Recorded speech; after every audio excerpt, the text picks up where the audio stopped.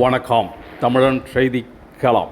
சிதம்பரம் அருகே பழைய கொள்ளிடத்தில் தொடர்ந்து பொதுமக்களை அச்சுறுத்தி வந்த முதலை பிடிபட்டது. கடலூர் மாவட்டம் சிதம்பரம் வட்டம் காட்டுக்கூடலூர் கிராமத்தில் பழைய கொள்ளிடத்தில் பொதுமக்கள் பயன்பாட்டிற்காகவும் மற்றும் முதலைகளிடமிருந்து பாதுகாப்பாக குளிக்க அமைக்கப்பட்டிருந்த கூண்டில் சுமார் 12 அடி நீளமுள்ள 350 கிலோ எடை கொண்ட முதலை ஒன்று புகுந்ததை அறிந்த அப்பகுதி மக்கள் முதலையை பிடித்து வைத்துக்கொண்டு வனத்துறை அதிகாரிகளுக்கு தகவல் அளித்தனர்.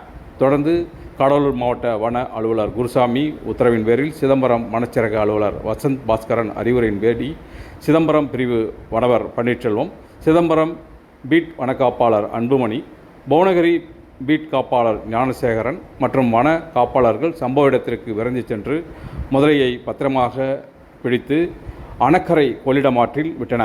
முதலை பிடிபட்டதால் அந்த பகுதி மக்கள் நிம்மதி அடைந்துள்ளனர்.